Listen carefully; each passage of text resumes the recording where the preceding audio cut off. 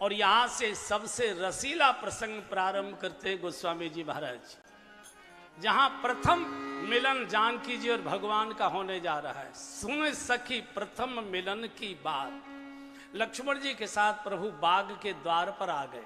ये बाग जानकी जी का था, इस वक्त पुरुषों का प्रवेश नहीं था, क्योंकि भगवान अतिथि थे इसलिए इनको प्रवेश होगा।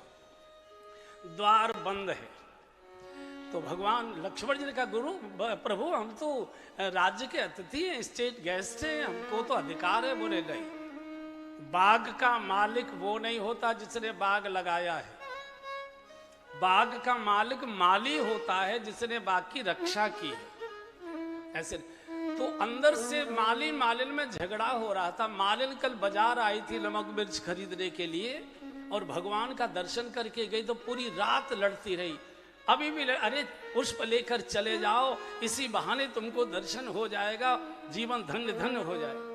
माली ने कहा, सुन मालिन, मैं राजा जनक जी की कोई नौकरी नहीं करता हूं, चाकरी नहीं करता, मैं महाराज जनक की भक्ति के भाव से सेवा करता हूं, और अगर मेरा सेवा ही भजन होगा तो तुझे तो दर्शन करने नगर में जाना पड़ा, उनको दर्शन देने मेरे द्वार पर आना पड़े। और भगवान दरवाजे पर खड़े, भगवान अरे भैया द्वार खोलो। और जिस घर के भीतर पति पत्नी बैठकर भगवत चर्चा करते हैं, उनकी चर्चा सुनने के लिए भगवान द्वारकानाथ उनकी कोठी के दरवाजे पर आकर खड़े हो जाया करते। आजकल भगवत चर्चा कम होती है, सायंकाल कलह क्लेश ज्यादा होता है, इसीलिए राक्षसी प्रवृत्तियां ही हमारे मोहल्ले में घूमना शुरू कर देती।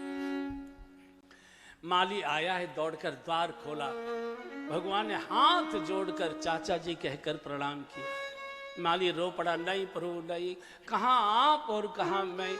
बोले नहीं, आप मेरी पिताजी के आयु के दिखाई दे रहे हैं, इसलिए मैंने आपको चाचा जी कहा। और यही भगवान की भगवत्ता है, जो छोटे को बड़ा कर दे, जो छोटे को आदर दे, जो छोटे को सम्मान दे, वही भगवान है। बड़े को तो कोई भी कुर्सी दे सकता है, बड़े के लिए तो कोई भी खड़ा हो सकता है। जो छोटे को खड़ा होकर आदर दे, आइए आइए यहाँ बैठे, उसी को भगवान कहते हैं।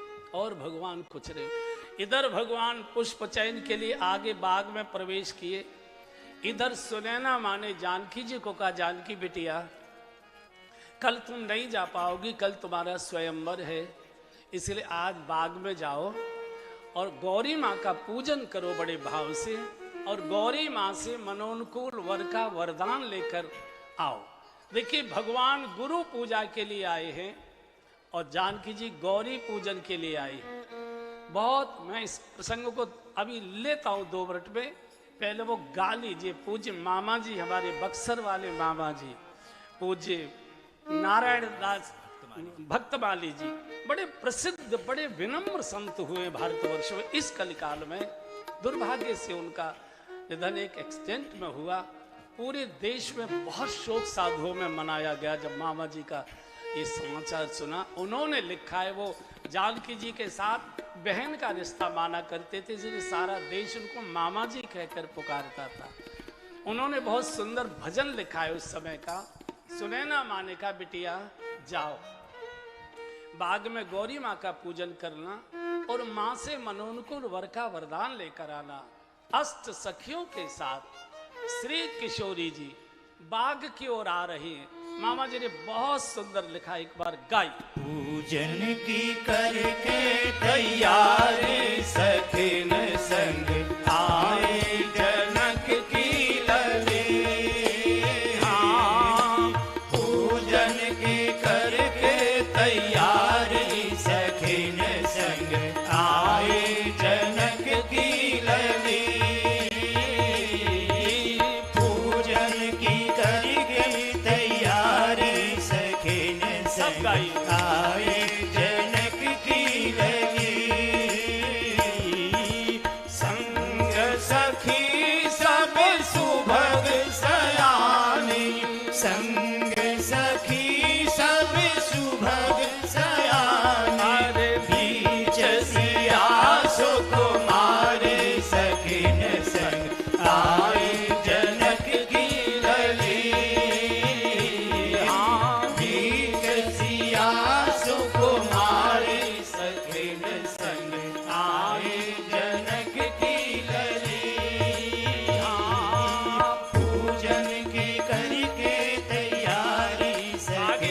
बजाइए। आए जनक की लली, पूजन साज सजाए विविध विध, पूजन साज सजाए विविध अरे कर कंचन की थाली सखिन संग आए जनक की लली, कर कंचन की थाली सखिन संग आए जनक की लली, पूजन की करके तैयारी सखिन संग आए जनक की लली, को सखी सिर चमर डुलावत, को सखी सिर चमर डुलावत, अरे को लिए जर झारी सखिन संग आए जनक की लली, को लिए जल झारी सखिन संग आए जनक की लली, पूजन की करके तैयारी सखिन संग आए जनक की लली, निर्मल नीर नहाई सरोवर, निर्मल नीर नहाई सरोवर, निर्मल नीर नहाई सरोवर, निर्मल नीर नहाई सरोवर, गिरिजा के मंदिर पधारी सखिन संग आए जनक की लली, गिरिजा के मंदिर पधारी सखिन संग आए जनक की लली, पूजन की करके तैयारी सखिन संग आए जनक की लली, या पूजा या पूजन के फल पर, या पूजा या पूजन के फल, अरे नारायण बलिहारी सखिन संग आए जनक की लली, नारायण बलिहारी सखिन संग आए जनक की लली, पूजन की करके तैयारी सखिन संग आए जनक की लली। ते ही अवसर जिस समय भगवान बाग में आए उसी समय किशोरी जी का आगमन। दोनों गुरु पूजा के लिए आए हैं। भगवान गुरु पूजा के लिए पुष्प लेने आए हैं और जानकी जी गौरी पूजन के लिए। थोड़ा 2 मिनट बहनों से मेरा निवेदन, बंधुओं से प्यार से इस प्रसंग को सुनिए, हमारे जीवन से जुड़ा प्रसंग है। भगवान गुरु पूजा के लिए और किशोरी जी गौरी पूजन के लिए। दोनों की उम्र क्या है? वह किशोर सब भांति सुहाए। बंधु और बहनों, संपूर्ण जीवन की सबसे मूल्यवान उम्र होती है किशोर अवस्था। किशोर अवस्था में जो बेटा और बेटी सध गए, दुनिया में धड़ल्ले से घूमने जा सकते हैं, उनको कोई हिला नहीं सकता। और किशोर अवस्था में बेटा और बेटी फिसल गए तो ब्रह्मा भी उनको सुधार नहीं सकता, बचा नहीं सकता। ये जगत के माता पिता हैं। माता रामो मत पिता रामचंद्र है, स्वामी रामो मत त्वमेव माता च पिता त्वमेव। दोनों की आयु किशोर अवस्था है। भगवान और जानकी जी कहना चाहते हैं कि हमने जो किशोर अवस्था में किया है वो करिए, घर में राम राज्य आएगा। चाहे कलयुग का बाप आ जाए तो भी आपको बिगाड़ नहीं सकता। जीवन के आयु में 7-7 वर्ष के परिवर्तन के चक्र होते हैं। हर 7 वर्ष बाद मनुष्य का तन मन अंग थोड़े थोड़े बदलने लगते हैं। आप फोटो खिंचवा के रखिए, 7 वर्ष बाद फिर दूसरा फोटो खिंचवाइए, कुछ न कुछ चेहरे मोहरे में अंतर आएगा। जन्म से लेकर 7 वर्ष तक की आयु को कहते हैं शिशु। शिशु से ही शुशु बना है, वो निर्दोष होता है। 7 वर्ष तक का बालक अगर शिशु करता है तो वो निर्दोष माना गया। जन्म से लेकर 7 वर्ष तक शिशु, 7 वर्ष से 14 वर्ष तक बाल शाखाएं, बाल विद्या मंदिर, बाल सभा, उसको बालक कहते हैं। उसके भी अपराध क्षम्य होते हैं। सबसे मूल्यवान उम्र है किशोर अवस्था, 14 से 21 वर्ष की आयु, ये सबसे मूल्यवान अवस्था है। इसी में बच्चे बनते और बिगड़ते हैं। इसमें अगर बालक बालिकाएं माता पिता की निगाह से दूर हो गए, भगवान भी उनको बचा नहीं सकता। इस उम्र में भगवान कहते मैं गुरु सेवा में आया हूं और जानकी जी गौरी सेवा के लिए आई है। 21 वर्ष, क्योंकि इस 14 से 21 वर्ष की आयु में शरीर के अंगों में परिवर्तन होने लगता है, रचना में परिवर्तन होने लगता है, विचारों में परिवर्तन होने लगता है, शरीर में तेज बनने लगता है, उद्दंडता उच्छृंखलता बढ़ने लगती है, माता पिता की आज्ञा की अवहेलना होने लगती है, माता पिता की आंखों से बचना शुरू हो जाता है।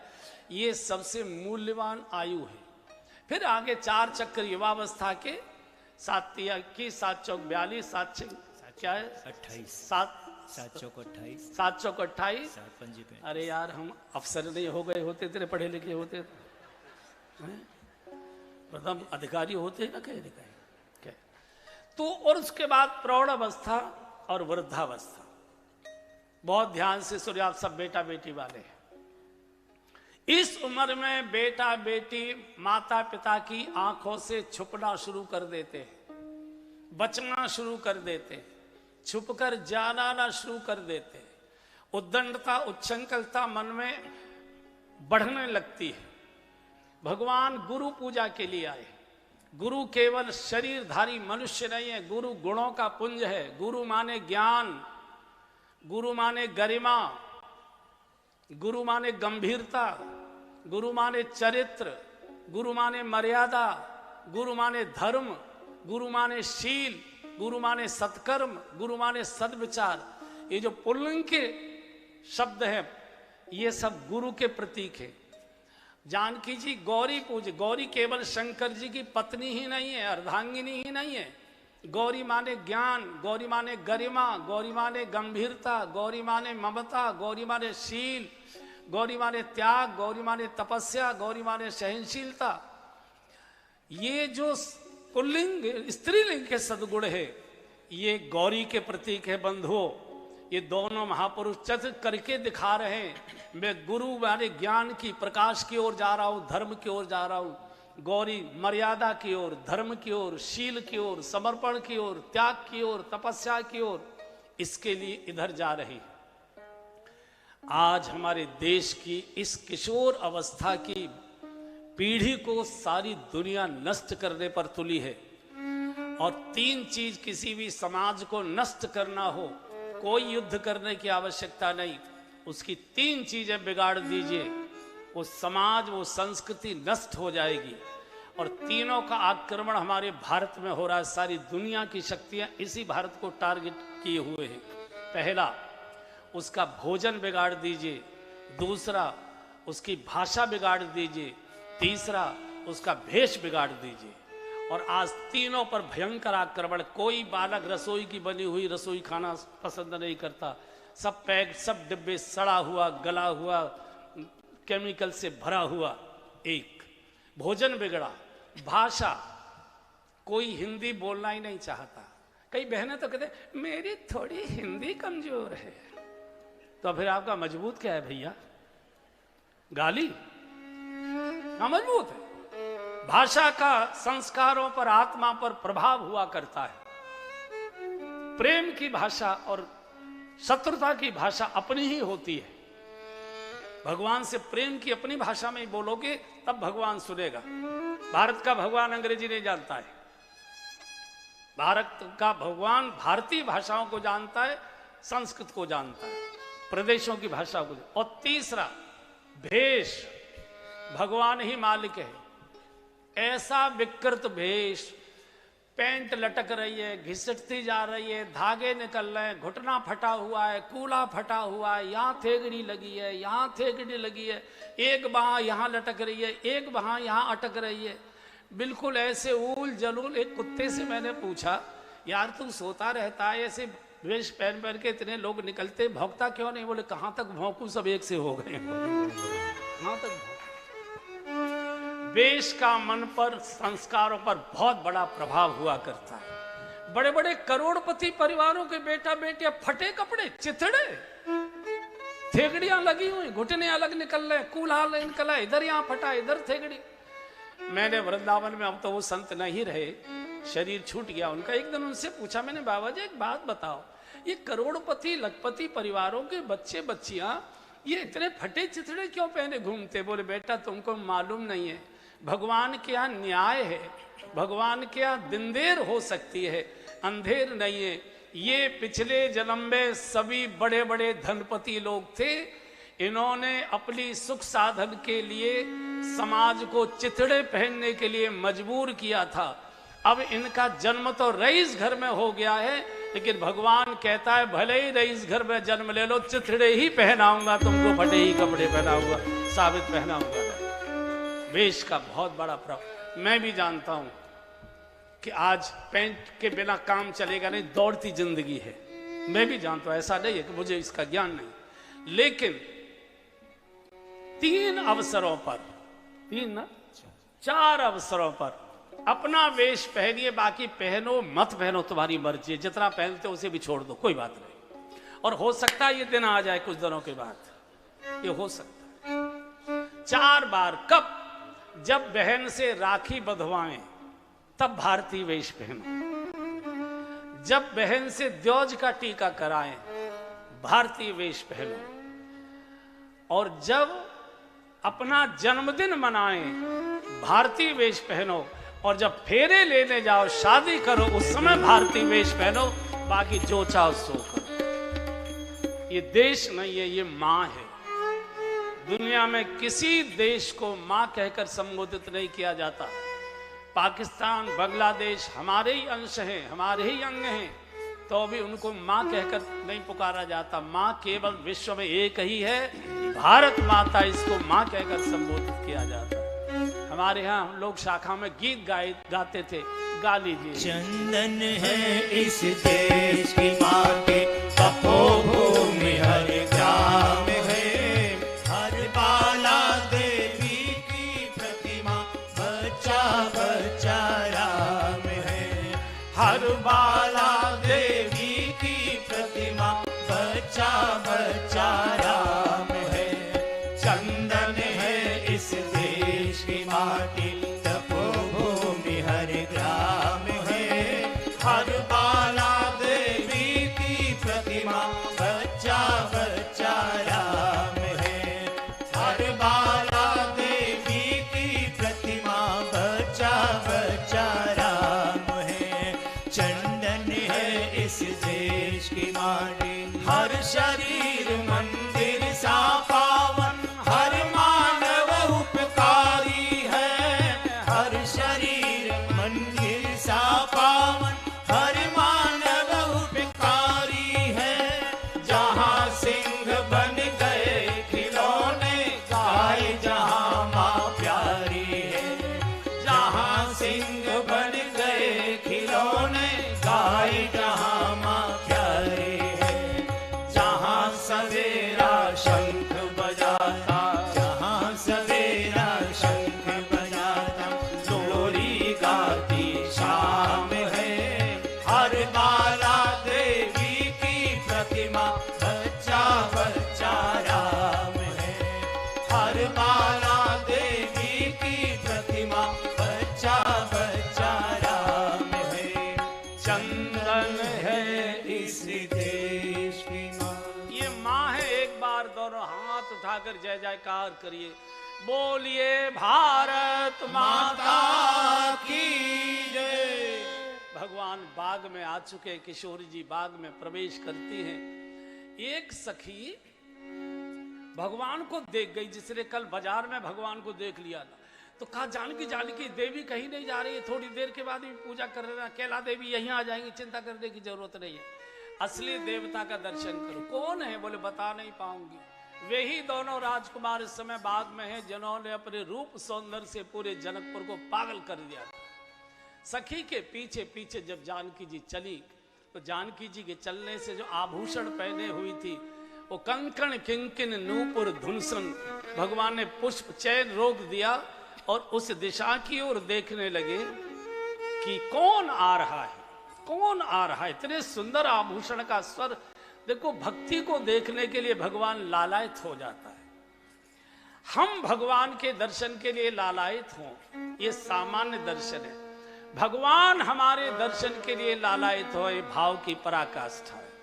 हम बिहारी जी का दर्शन करने जाते हैं, पर्दा लगा हुआ है, आंगन में हाथ जोड़े खड़े हैं, टकटकी लगाकर पर्दे को देख रहे हैं।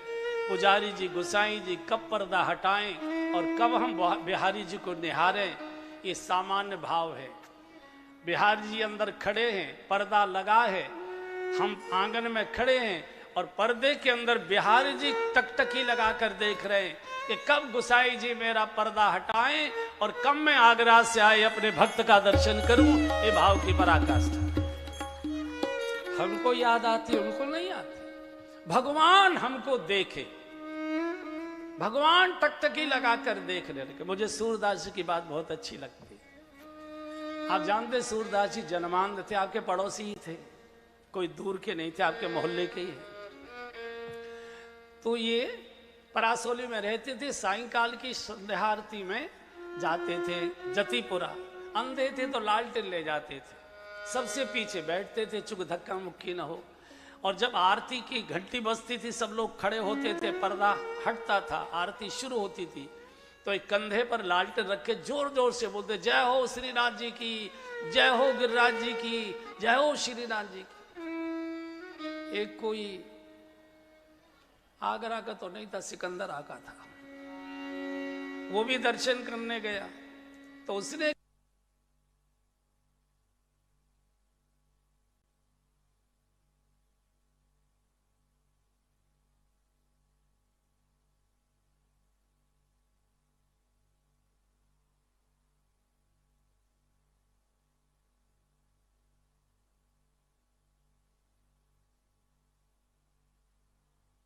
कोई नई बात तो कह नहीं रहा है, दुनिया जानती है मैं जन्मांध हूं, लेकिन तू जो ये उदाहरण दे रहा है कि दिखाई तो तुमको नहीं देता, ये कंधे पर लालटेन रखकर हल्ला मचाने से क्या फायदा है। मैं ही तो अंधा हूं, मुझे ही तो नहीं दिखाई देता। लालटेन कंधे पर रखकर तो मैं इसलिए हल्ला मचा रहा हूं कि श्रीनाथ जी को हल्ला मचाता सूरदास दिखाई दे जाएगा लालटेन के प्रकाश में, उनकी दृष्टि आ जाएगी। यहाँ कई राजनीतिक क्षेत्र में काम करने वाले महापुरुष बैठे, अपने कोई प्रिय नेता की सभा है लेकिन भीड़ बहुत है, पुलिस जाने नहीं दे रही, तो आप भीड़ में खड़े होकर उचक उचक कर अपने नेता की ओर देखते, कभी आंख मिल जाए, कभी आंख मिल जाए, कभी आंख मिल जाए, और आंख मिल गई तो संतोष हो जाता है कि उन्होंने हमको देख लिया, बात पूरी हो। आज भगवान देख रहे हैं, इतने में तो सामने से आ गई तात जनक तनया सोई, तात जनक सब गए सोई, धनुष यज्ञ जेहि कारण होई, धनुष यज्ञ जेहि कारण होई, पूजन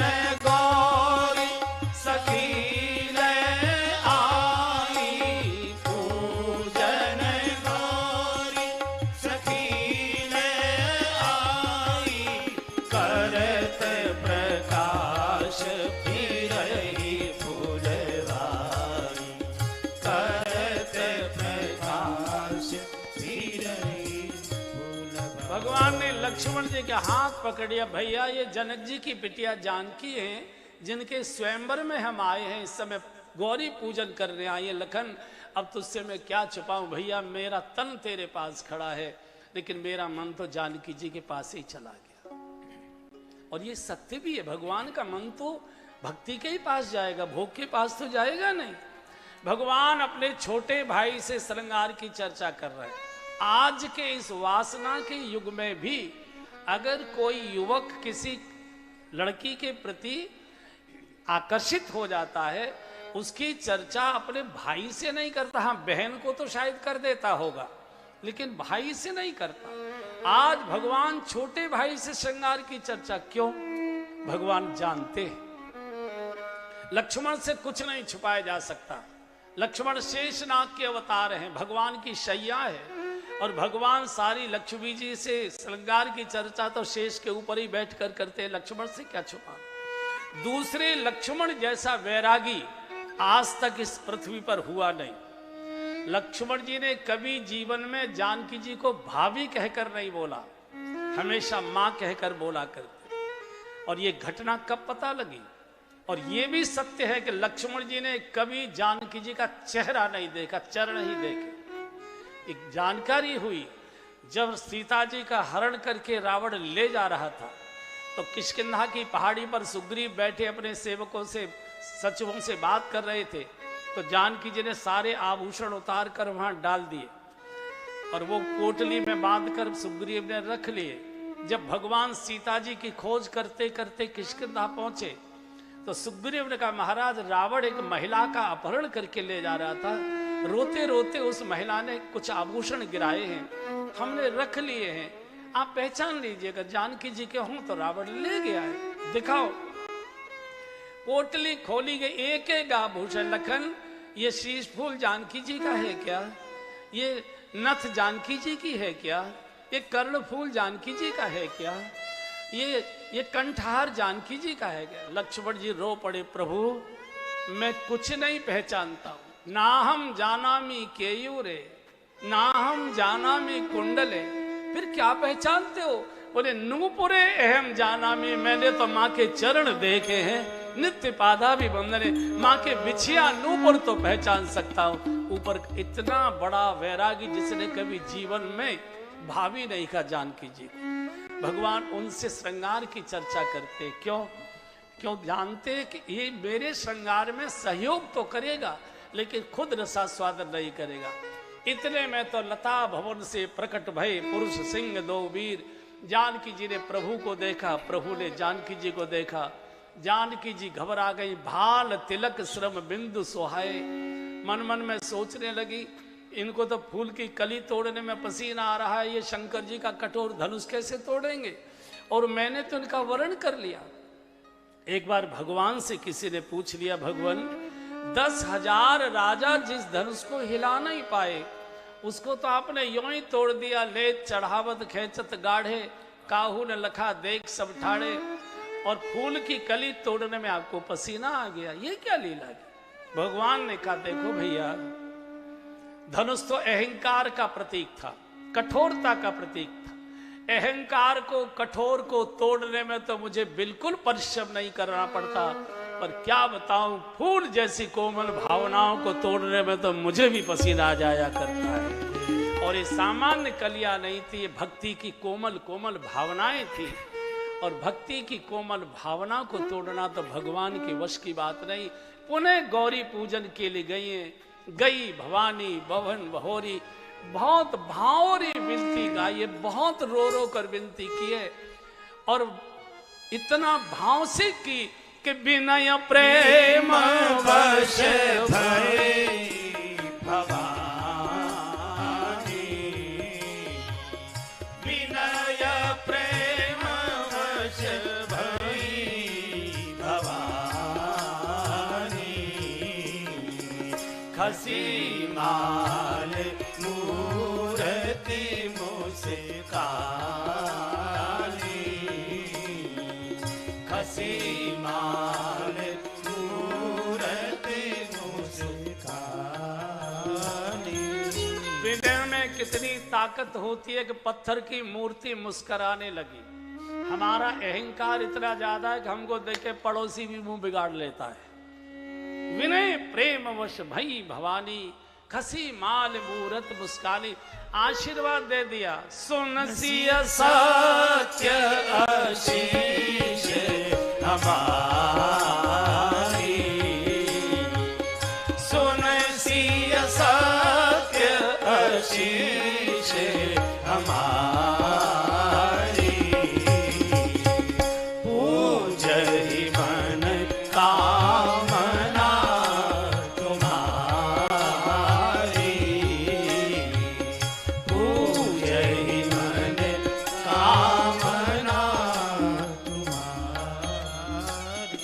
जानकी जी हम सच्चा आशीर्वाद दे रहे हैं, इसका अर्थ है आशीर्वाद झूठा भी होता होगा, और आगरा में तो होता है।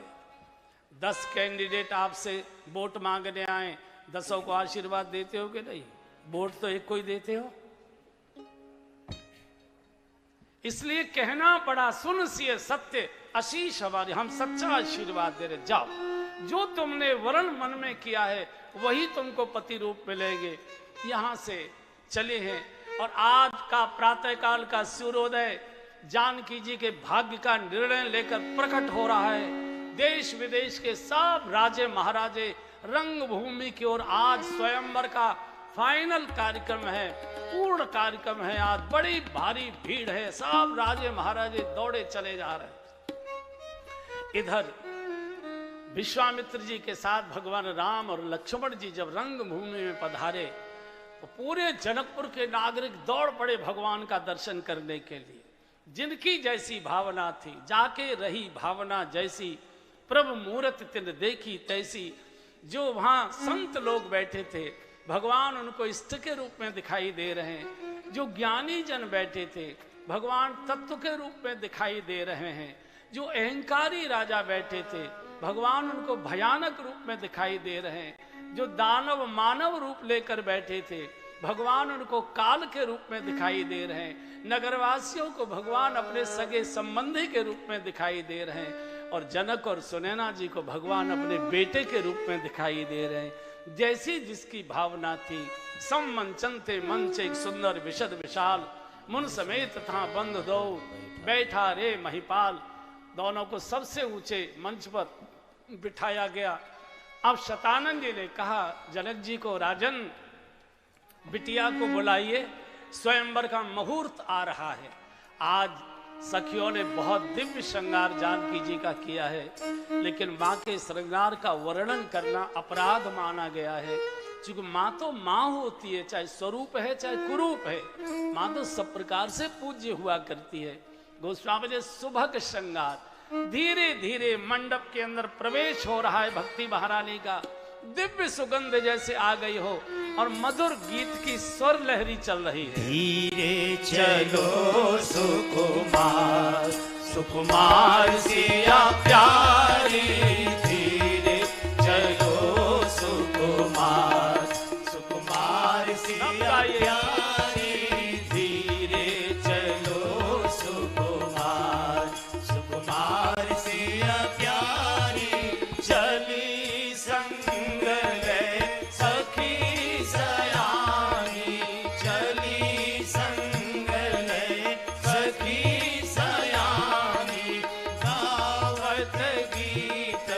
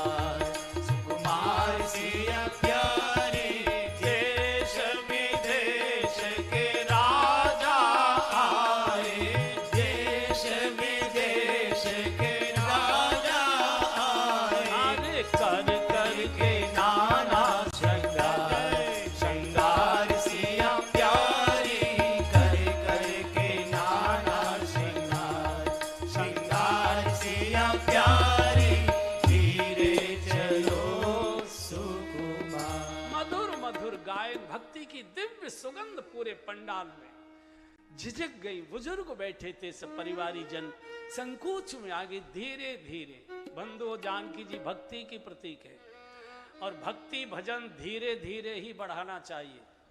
देखा देखी अगर एक साथ बैठ गए भूखे प्यासे अनुष्ठान करने के लिए, बीमार हो जाओगे, जो कर रहे थे वो भी छूट जाएगा।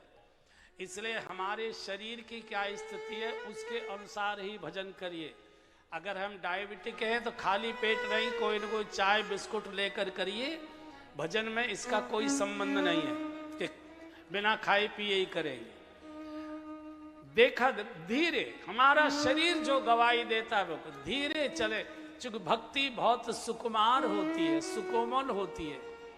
ज्ञान की तुलना वृक्ष से की गई है। पौधा लगाया जाता है पेड़ का, थोड़े दिन उसको पानी दिया जाता है, थोड़े दिन उसकी सुरक्षा की घेरा बनाया जाता है कांटे वाटे लगाकर, फिर वो जमीन से पानी लेने लगता है, फिर किसी घेरे की रक्षा की जरूरत नहीं, वो खड़ा रहता है, आंधी और सब में खड़ा रहता है। लेकिन जो भक्ति है, लता है, लता बहुत कोमल होती है। लता को लगाइए, अगर बहुत दिन तक पानी देना भूल गए तो सूख जाएगी, और झंझट काटने के लिए एक साथ बाल्टी पलट दी तो पीली हो जाएगी, गल जाएगी। तो जितना पानी जल आवश्यक है उतना ही उसको डालिए।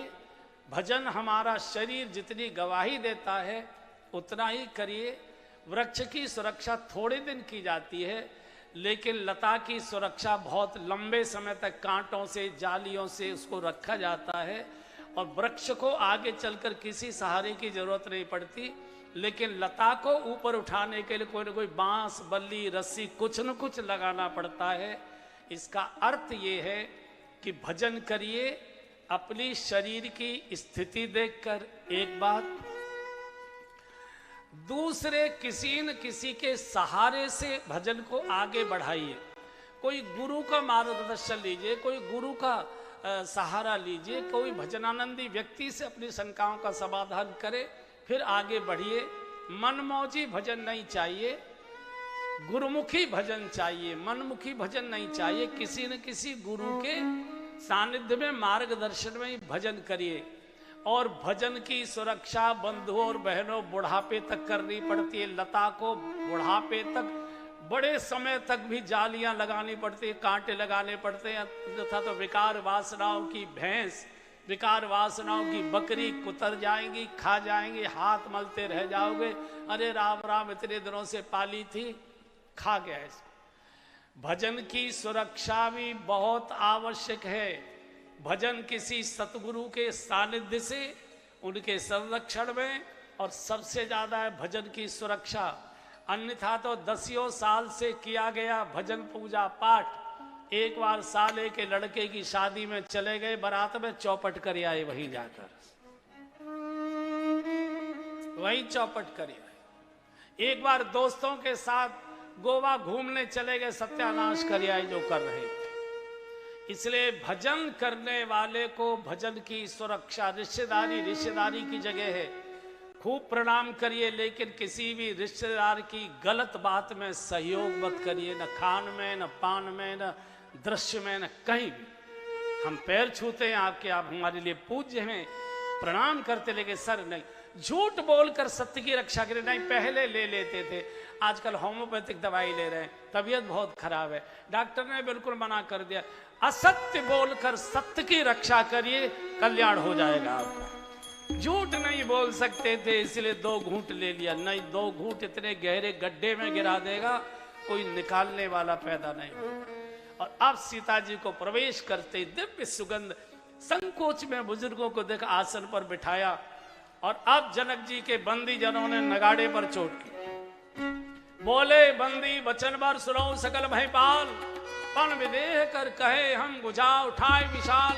हे देश देश के राजाओं महाराजाओं, हम जनक जी की प्रतिज्ञा की घोषणा कर रहे हैं। ये जो शंकर जी का धनुष है ये राहु के समान कठोर है, और आपकी भुजाओं की ताकत चंद्रमा के समान है। जो भी राजा इस धनुष को चढ़ाएगा त्रिभुवन में उसकी जय जयकार होगी। और जानकी जी बिना किसी विचार के, बिना विचार बरई हटते ही, कितनी बड़ी स्टेट का राजा है, किस जाति का राजा है, कोई विचार नहीं होगा। जानकी जी उसका वर्णन करेगी। करो प्रेत। जो मूढ़ अहंकारी राजा थे वो अपने अपनी बाहें चढ़ाने लगे। कुछ आगरा के भी भदावर आदि के अच्छे भले राजा, यहाँ के अवागढ़ के, जो आगरा के आसपास, आगरा के लोग सीधे बहुत होते हैं। मैं इसलिए कह रहा हूँ मुझे 4-5 दिन और रहना है, बाकी तो मैं जानता हूं कैसे होते हैं। तो उन्होंने कहा काय को परेशान हो रहे हो, उठक बैठक कर रहे हो? अरे भगवान श्री राम बैठे हुए, वो धनुष तोड़ेंगे, दर्शन करो, आनंद है। कायर कमजोर कहीं के, हिम्मत नहीं थी तो आए काय को थे। उन्होंने कहा खबरदार, हम चंबल का पानी पिए हुए हैं, हमको कायर कमजोर कहते हो? फिर क्या हुआ, डर गए? बोले डरे नहीं, समझ आ गई। घर से जब चले थे, हम भी जानकी जी के साथ विवाह की इच्छा लेकर चले थे, लेकिन यहाँ आकर हमको पता लगा जानकी जी धरती की बेटी हैं, भूमि की पुत्री हैं, और हम भूपति हैं, धरती के मालिक हैं। इसका अर्थ है जानकी हमारी बेटिया हुई। और कोई भी बाप अपनी बेटी से अपना विवाह सोचे, इससे बड़ा कोई और महापाप हो सकता है क्या? हमने विचार त्याग दिया।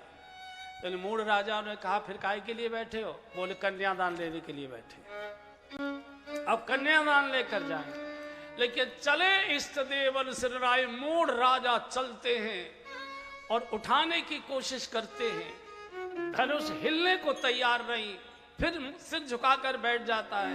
एक स्थिति ऐसी आगे कि भूप सहस दस एक ही बाजा, लगे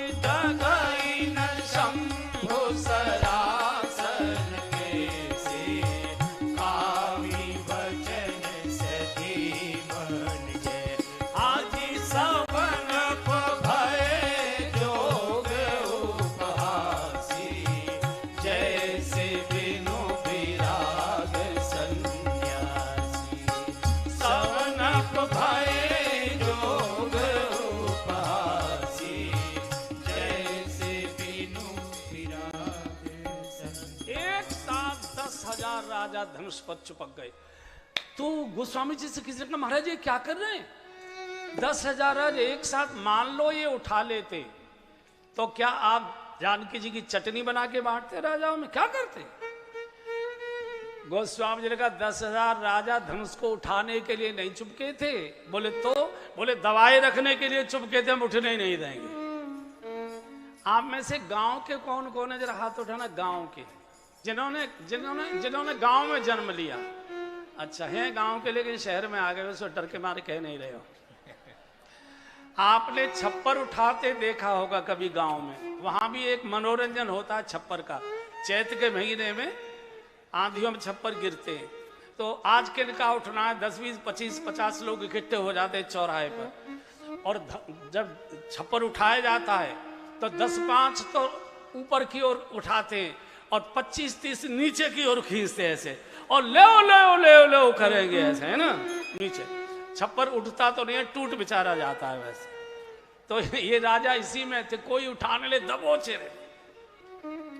जब सब निराश होकर बैठ गए, जनक जी डाइस पर आ गए, मंच पर आ गए, और जनक जी ने ललकार कराए, राजाओ मुझे ये मालूम होता कि परशुराम जी ने धरती को क्षत्रियों से विहीन कर दिया है, तो मैं इतनी कठोर प्रतिज्ञा लेकर जगत में अपना उपहास नहीं कराता। द्वीप द्वीप के भूपति नाना, सब द्वीपों के, सब देशों के, सब लोकों के राजे आए, लेकिन धनुष उठाना तो बहुत बड़ी बात है। तिल भर भूमि न सके छुड़ाई, तुम धरती से तिल के समान धनुष को हिला नहीं पाए। खबरदार, अब कोई अपने को वीर कहेगा, अब जन को माखे भटमानी, वीर विहीन मही में जानी। मैंने जान लिया धरती वीरों से खाली हो चुकी है। राजाओं में तो सन्नाटा आ गया। लक्ष्मण जी तिलमिला गए और एकदम खड़े हो गए। भगवान क्षमा करना, आज मुझे आपके सामने मैं कभी नहीं बोला, आज मुझे बोलना पड़ रहा है। कहीं जनक जस अनुचितवाणी, विद्यमान रघुकुल मन जानी। जहां आप बैठे हो और वहां कोई कहते वीर विहीन मही में जानी, धरती वीरों से खाली हो चुकी है। अगर धनुष तोड़ना ही वीरता का लक्षण है, प्रभु मैं आपके चरणों की सौगंध खाकर कहता हूं, तिनके के समान इस धनुष के 2 टुकड़े करूं, सारे ब्रह्मांड को उठाकर कच्चे घड़े के समान फोड़ दूं, हजारों योजन लेकर दौड़ जाऊं। और अगर ये मैं नहीं कर पाया, मैं सुमित्रा मां के दूध की सौगंध खाकर कहता हूं, क्षत्रिय धर्म त्याग दूंगा, भीख मांगकर गुजारा करूंगा, मुंह नहीं दिखाऊंगा। एकदम पूरी की पूरी सभा में सन्नाटा हो गया। जनक जी भी ऐसे चुप गए, कोई बड़ी मुझसे भूल हो गई। लेकिन भगवान मन मन में मुस्कुरा रहे, बोले बेटा बहुत बढ़िया बोला है, और बोल थोड़ा सा। तो लक्ष्मण जी का प्रभु मैं लाल हो रहा हूं और आप कुछ बोल नहीं रहे। भगवान ने कहा तेरा लाल होना बहुत जरूरी है। बोले क्यों? बोले तेरा नाम ही लाल है। कोई लखन पीला कहता है, कोई लखन हरा कहता है, कोई लखन गुलाबी कहता है, क्या कहते हैं? तेरा लाल होना लखन जरूरी था। बोले कैसे? बोले पूरब दिशा में जब सूर्य प्रकट होता है तो सूर्य उदय होने के पहले पूरब दिशा में आकाश में लालिमा आ जाया करती है, तब पता लगता है सूर्य उदित होने जा रहा है। लालिमा तूने प्रकट कर दी, सूर्य मैं प्रकट करूंगा, चिंता करने की जरूरत नहीं प्रकाश में।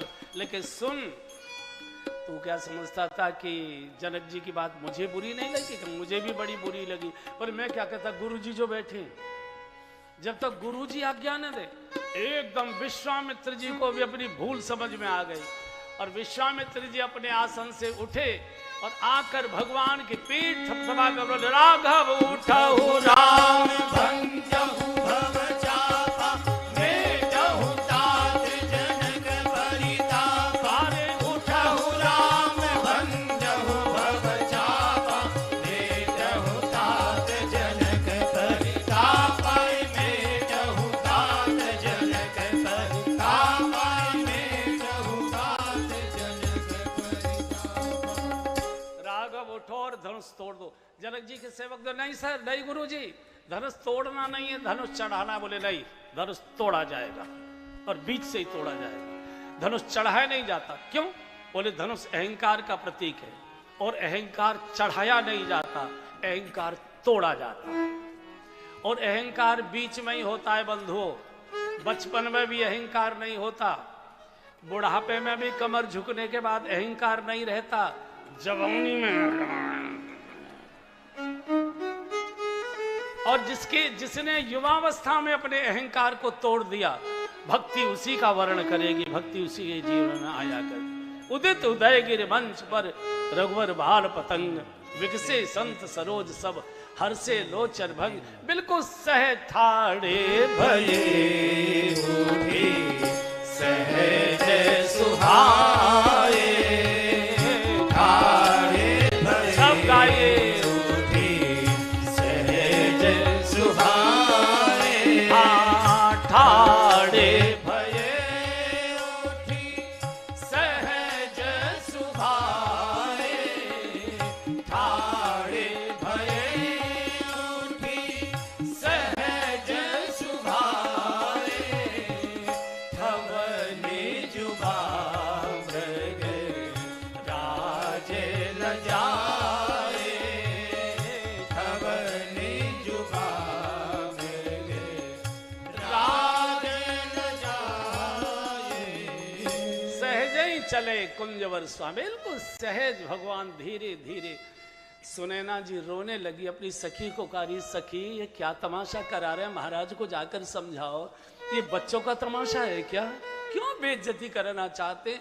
10,000 राजा जिसको नहीं हिला पाए, ये जरा सा बालक। सेवका ने कहा, महारानी जी क्षमा करिए, तेजवंत लघु गनीन रानी, तेजस्वी की आयु नहीं देखी जाती। देखने में सूरज जरा सा थाली के बराबर दिखाई देता है, सारे ब्रह्मांड के अंधकार को दूर कर देता है। मंत्र जरा सा होता है, बड़े से बड़े देवता को वशीभूत कर देता है। जरा सा त्रिशूल होता है, बड़े से बड़े हाथी को काबू कर लेता है।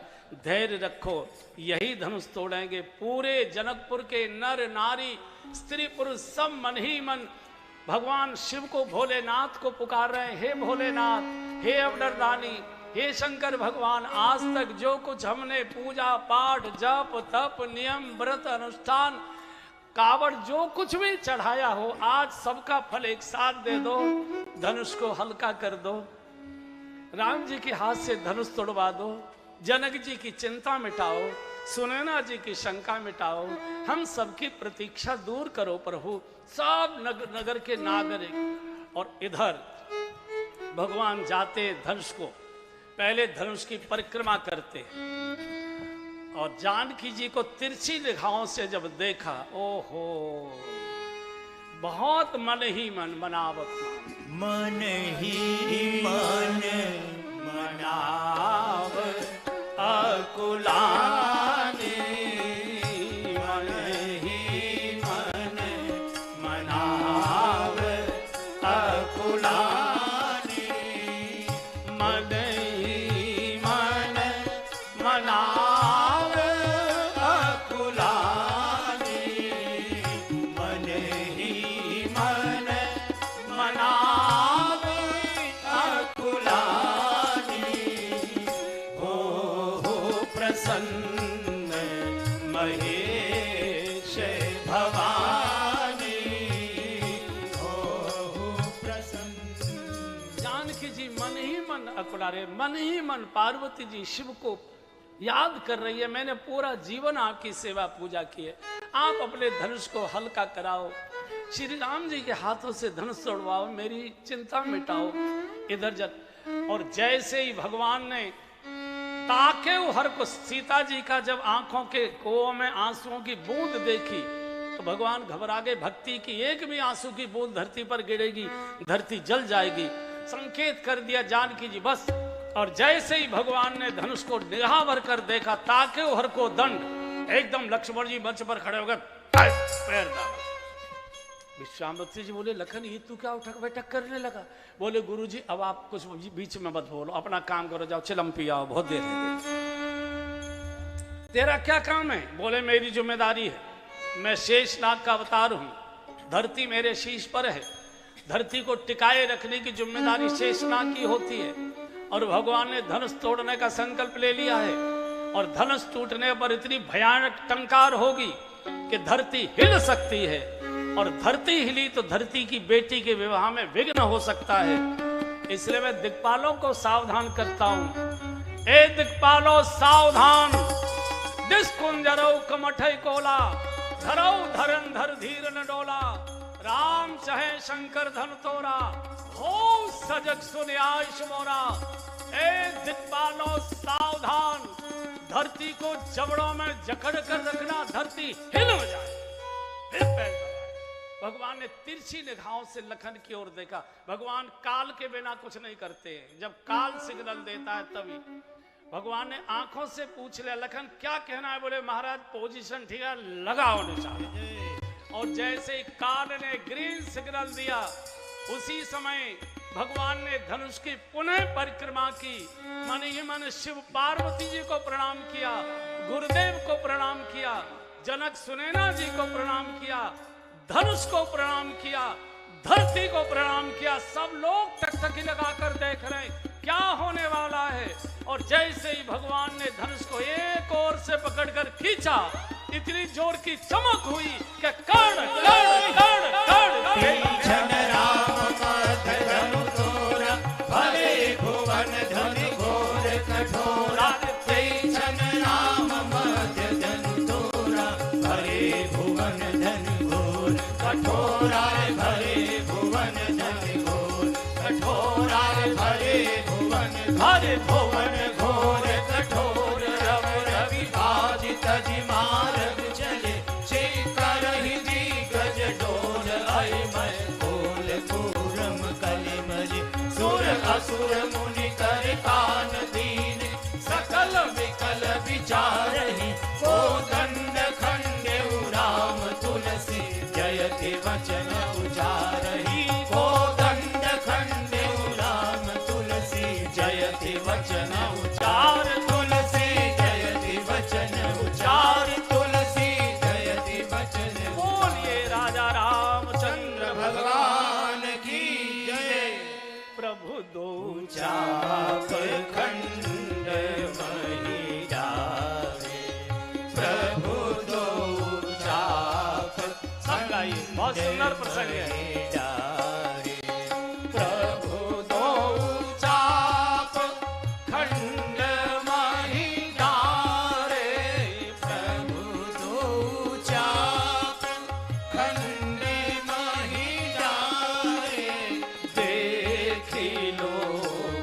सब भये सुखाए, देखी लोग सब भये। पुष्पों की वर्षा होने लगी, जय जयकार। प्रभु शीश झुकाए खड़े।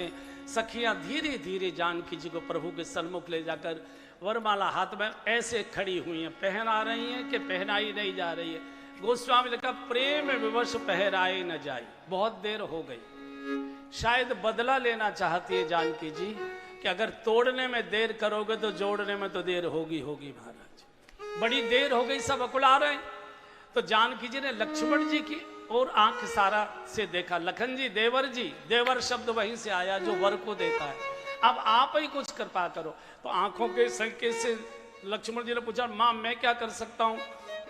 बोले तुम हो लखन शेष अवतारा, तुम्हारे शीश भूमि कर भारा, मही ऊपर तन देव उठाई। शेषनाग के आप अवतार हैं, धरती आपके शीश पर है। मेरे पैरों के वाली धरती को फल लगाकर थोड़ी ऊपर कर दो तो मैं वरमाला धारण करा दूं। तो लक्ष्मण जी ने भी आंखों से संकेत कर दिया, मां कर तो सकता हूं, लेकिन इधर जितने भगवान के हाथ उठेंगे, उधर जितने आपके हाथ ऊंचे होंगे उधर उतने ही ऊंच होए रघुनाथ, तो लेवल तो बराबर रहेगा।